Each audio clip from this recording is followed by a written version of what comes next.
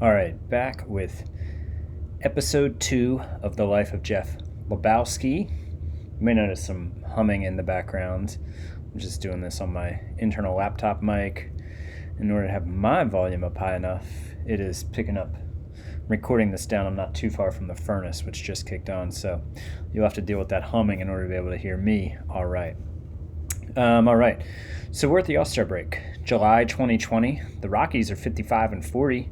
Lebowski's got him 3.5 games behind the Dodgers. And as you can see, he's leading the team in pretty much everything. The offense is awesome. First in runs scored. Let's get to our guy. So how's he doing? So 85 games. He did miss a little bit of time. So let's go here so we can see his what he's on pace for. It's not really projection. Projection's different than what he's on pace for. This is what he's on pace for. So he missed a little bit of time. He had an injury. And he went on the IL for 10 days. He's won like every award. What did he go on the IL with? Where is it? Oh, shoulder tendonitis. And then it didn't get better. It was either this, or maybe it was the sore elbow. One of these. Had a couple day-to-day injuries, and one didn't get better, so they eventually just put him on the IL. So he missed a little bit of time. He's still on pace for 145 games. He's racked up in 85 games and 403 plate appearances so far, 15.1 WAR, 468 batting average, 603 on base, 1024 slugging. So what, his OPS plus is like 1627 or so? That's decent. A BABIP of 391. So he's got 115 runs scored, 139 hits. He's on pace for 237. 17 doubles, 40 home runs. So he's on pace for 68 home runs. So he's close to Bonds. He could catch Bonds. He's on pace for a nice 169 RBIs. He's almost to 100 here. Walk percentage of 25.8 and a strikeout percentage of 1.5%. Somebody did say, and it's a decent suggestion, of make his eye a little worse, I guess, so he doesn't walk as much and he puts more balls in play and hopefully hits more home runs. But I'm just going to keep it like this. OPS plus of 287. So we can get into some more standard stats too. Let's see. Stolen bases, he's got 83. He's got 104 walks and 6 strikeouts. Let's take a look at his spray chart here. Just friggin' mashes the ball, man. And he's got a bunch of triples too. How many triples does he have? He's got 14 triples, and we're in the middle of July. So you could say that he could basically sit out the rest of the year and he'd be a runaway MVP winner. One thing that's pretty fun here is to go to, go to the history index and go to the batting leaders. And now he's not going to be up here yet. They won't put him in the batting average stuff until he has enough at-bats to qualify, and the OPS. But single season WAR by a Rockies player. We're at the All-Star break, and he set the record with 15.1, previous record of 9.3 held by Larry Walker. So he's got 15.1 in his career, so he's a few games away from cracking the top 10 here, as it only takes 18.5 to crack the Rockies' top 10. He won't be in any of these yet. Runs, not quite. Hits, not going to be there yet. He's on pace to break that. I'm sure he'll be up there in total bases. Not up there in doubles yet. Triples, he is second for single season. And is he on the all-time list yet? Not yet. It says 14, so he'll probably crack that this season. Home runs, not up there yet. I think he's got 30-some, right? RBI, he's got 99, so he'll get up there eventually. Stolen bases, previous record was 68. He's already got 83, which also puts him 9th all time in Rockies history. Well, Willie Tavares stole some bases. In only 946 plate appearances, stole 101 bases. The dude has 83 in 403, so not quite as legendary as the dude. So is he up there in walks yet? No. Not quite. Oh, no, he is. 104. There he is. He's 5th all time, and he's 23 walks away from the single season Rockies walk record. Hit by pitches, not there. Strikeouts, he's obviously not going to be there. So he's doing okay. Let's see. Let's peruse fielding leaders here. So his fielding percentage is 1,000. That's awesome. I guess we won't really know how many outfield assists he has. He's not going to break that record. I don't think he's going to be up there. Oh, wait, what's this? Oh, his zone rating is 17.1. Next is Arenado at 10.8. That's decent. Yeah, how many outfield assists does he have? I forgot to check that. 9 outfield assists. Okay, so they're probably not really running on him. He's turned 3 double plays. I guess that's like catch it and throw out somebody tagging up kind of play there. He has not pitched. And was there anything else here? Oh, in the expanded batting stats we want to see. He hasn't been hit by the pitch yet. He's only been walked intentionally 9 times, which I don't know what they're doing. They should be doing that probably every time. So yeah, that's his individual season stats. We can look at how that compares to the rest of the league in a minute.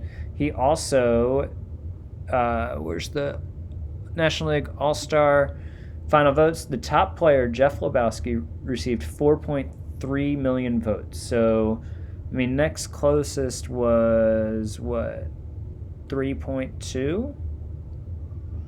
Yeah, it looks like next closest was Arenado at 3.2 million, then Seager at 3.1 million. So he's made a name for himself here. He's already, it still says he's unknown nationally and locally. I don't know how quickly that takes to take off. But but at 18, he led all All-Star Game vote getters. Like I said, he could sit out the rest of the year and I'm sure win the MVP. And then let's go ahead and check the statistics. So 468, next closest is LeMahieu at 353. Home runs, he's got 40. Bellinger's got 30. RBI, man, the Rockies are killing it. 99, 97, 89. So Charlie Blackmon, I mean, this offense is ridiculous. Jeez. OBP is running away with it. Slugging percentage just crushing. Same with OPS, obviously. WAR, he's got 15.1. Wow, Trout has 6.2. Trout is on pace for 10.5 WAR. I guess because he hasn't been hurt. He's played in every game, so that's why he's. Let's see. Hits, he's second to LeMahieu. Again, that time off kind of penalized him in some of these counting stats. But runs, he's leading with 115. Doubles, he's not up there. Triples, he's obviously leading the way.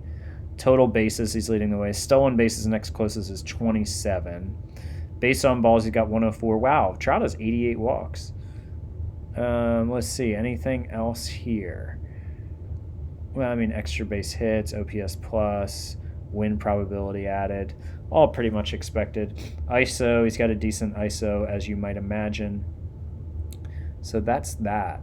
I don't think there's any way to watch the home run derby, is there? Yeah, I can't imagine that there is.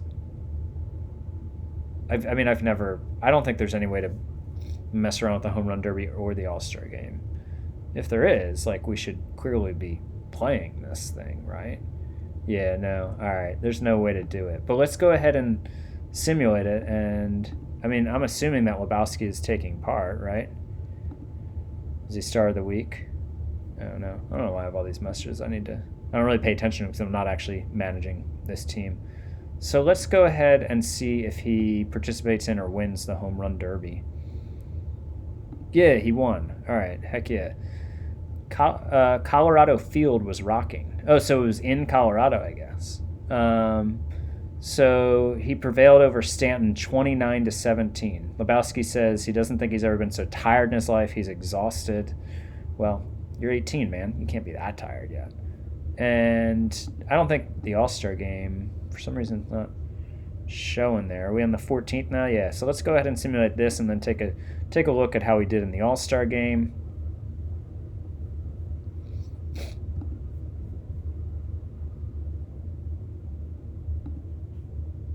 All right, so he didn't win MVP of the All-Star game. Unreal. Where is he here? Where's our guy? So Lebowski, he went 2 for 2, walked twice, 3 RBIs, 3 runs scored. What did Gleyber Torres do to get the MVP? I mean, I know, so Torres was 2 for 2, 4 runs scored, 2 RBIs, 2 walks, so pretty similar, and he was on the winning team. He hit 2 home runs, though. So Torres and Lebowski both hit 2 home runs. Both Lebowski's were solo shots. So were Torres's. All right. I mean, that's fine. I can live with that. Similar performance to Torres, but, Gleber was on the winning team, so we'll allow that. And it's not like they don't give you another trophy here or anything for that. So it's not like we're missing hardware up here in our little trophy case. I know it's not called that, but so anyway, so that's where we're at. And he's also the leader of the clubhouse. He's the team captain, and I think, will he catch Bonds? I don't know. He's got to stay healthy. But there are a lot of awards that he could win. I would say if he gets close to breaking the home run record, if he's at like 69 or something, then I will have to broadcast some of those games where he goes. I think Bonds' record is 70, right? Sitting here acting like I got a record wrong on the last one. I think I called Williams DiMaggio or vice versa, something like that. So let me make sure. Is it 70 that Bonds did, or did McGuire do 70 and then Bonds did like 72 or something? What was it? Oh, 73. Okay, maybe it was Mark McGuire who hit 70 that one year, and that's what I was thinking. So he's a little bit off that pace, but he can do it.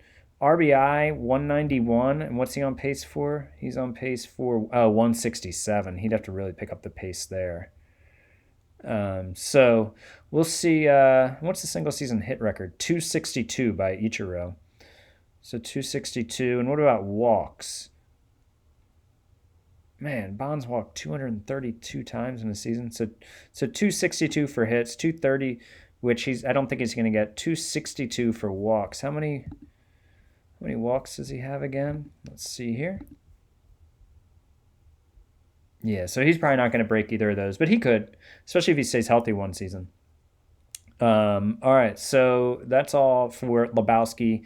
His career is well on its way. If he's chasing down Bonds towards the end of the season, I'll do a live broadcast or do a video where I watch the game or something. But probably update at the end of the year with all the hardware that he takes home. That's all from the dude for now.